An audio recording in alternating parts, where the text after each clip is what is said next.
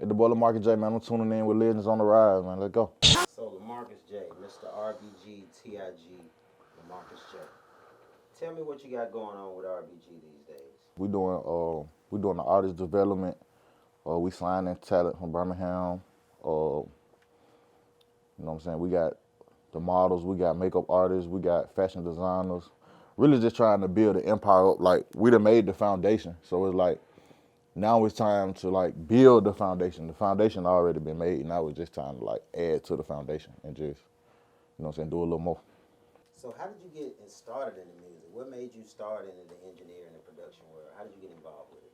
I started engineering because when I was rapping, when I first started, I was a rapper before anything. I just got tired of paying for studio time, paying for beats, and you know what I'm saying? Like, if they learned it, I can learn it too. Why pay for it when I can just learn it and invest in me and some equipment and do it myself?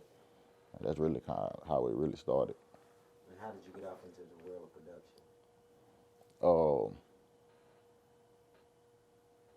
TLE Cinco, he used to come to the studio all the time, and he used to be like, man, I'm tired of rapping on these YouTube beats. Like, man, Lamarcus, you need to make beats, man. You got everything you need to make beats. I'm like, man, I ain't fucking with that beat shit, man. I'm an engineer, you feel me?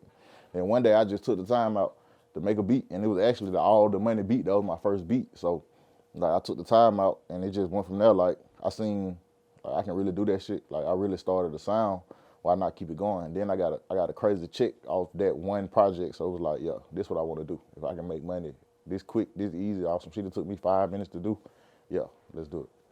All right, so who are some of your production or engineering role models, or who motivates you, or who you kind of, aspirations when it comes to the music as it relates to production or engineering? I ain't really gonna say I had no inspiration for the engineering, you know what I'm saying? But far as the production, I gotta go with my man Zaytoven. Like, he the all-time, for me, like, all-time producer. Like, why I look up to Zaytoven, because he made an Atlanta sound. You know what I'm saying? He made his own sound, you feel me? And that's what I did. So it's kind of like I relate to him and I look up to him. So how long has it been since you formulated and started RBG now? My cousin actually started RBG, E100. He the CEO of RBG, I'm the president of RBG.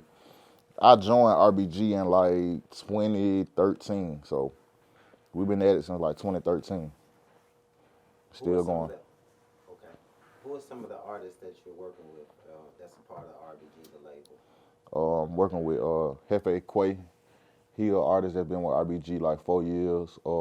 NTD, one of our newer artists on Upcoming and Rising. And we got a R&B singer named Brittany Terry. She hard too. So we got a little roster, and we still signing people. Like, tap in. Gotcha. So I think it was earlier this year that you had a big deal. Something really just happened big in your life. I think you signed this Think It's a Game, right? For sure. So tell us more about that. How did that come about? And tell us more about that relationship that you have with Think It's a Game. Okay, this how the deal came about with Think It's a Game. So I had a manager. Named Tanya Merritt, originally from Alabama. You know what I'm saying? Atlanta. That's where she live at. That's where she do all her business at. But I met her through the artist I'm working with. Everybody know, y'all know Cinco. You know what I'm saying? So I met her through Cinco. She did a show for Cinco, and we tapped in with her, and she just took a liking to me, and you know what I'm saying? She kind of plugged me in with some people in the A, and let me see how it came about. I had did like a producer link up at Think It's a Game Records. At this time, I wasn't even signed to him. I just had a relationship with him. I did like a producer kind of artist link up at their studio, and they seen me work. They seen how I brought 10 to 20 producers together at one time, and we all just linked and made beats. They just seen how like I made some shit happen. You know what I'm saying? And they really took a liking to me. And that was in January of 2020, and I signed in, I think May. I think I signed in May. So they just took a liking to me. They just seen my work ethic, seen what I got going on in Alabama, like seeing like I'm the go-to in Alabama. Like I really got Alabama on my back. They took a liking to that. Gotcha. So I know you've been engineering for a while and you've been producing for a few years now. How many years you been engineering now? I've been engineering. I'm 24. I've been engineering since I was 17. Okay. And how long have you been in production now? 2.5 years. Okay. What would you say to this current day? What is your hottest hit, or what is your song that's done the best stream wise? If we talking logistics, I'm gonna have to say All the Money. If we just want to talk logistics, you know what I'm saying, talk numbers, I'm gonna say All the Money.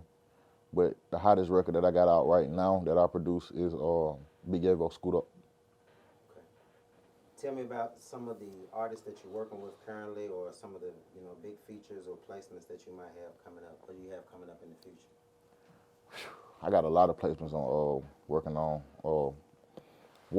trying to do something with Lucci, trying to put an album together or something with Lucci.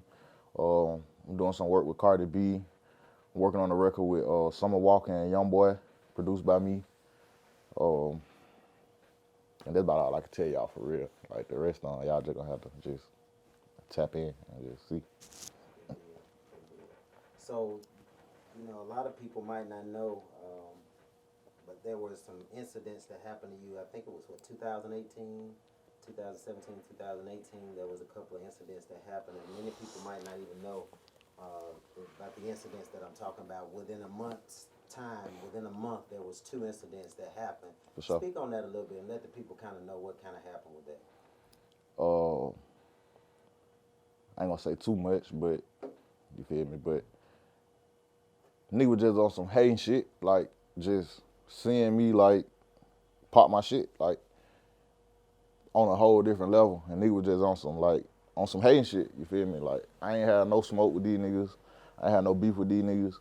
It just nigga caught me coming about my studio, like Christmas. It was Christmas Eve, but at this time it's actually Christmas Day because it's after 12 o'clock. Walking out the studio, walking to my car, I kind of felt like something's finna happen, but like how when you high and you just be like, bro, I'm high, I'm tripping, I need to just chill, you know what I'm saying? So it was one of them like, go with your gut, but I went against my gut type thing and I got caught lacking, you feel me? Niggas just hit the block and started shooting at me, like for no apparent reason whatsoever. Thank God I made it out this situation, you feel me?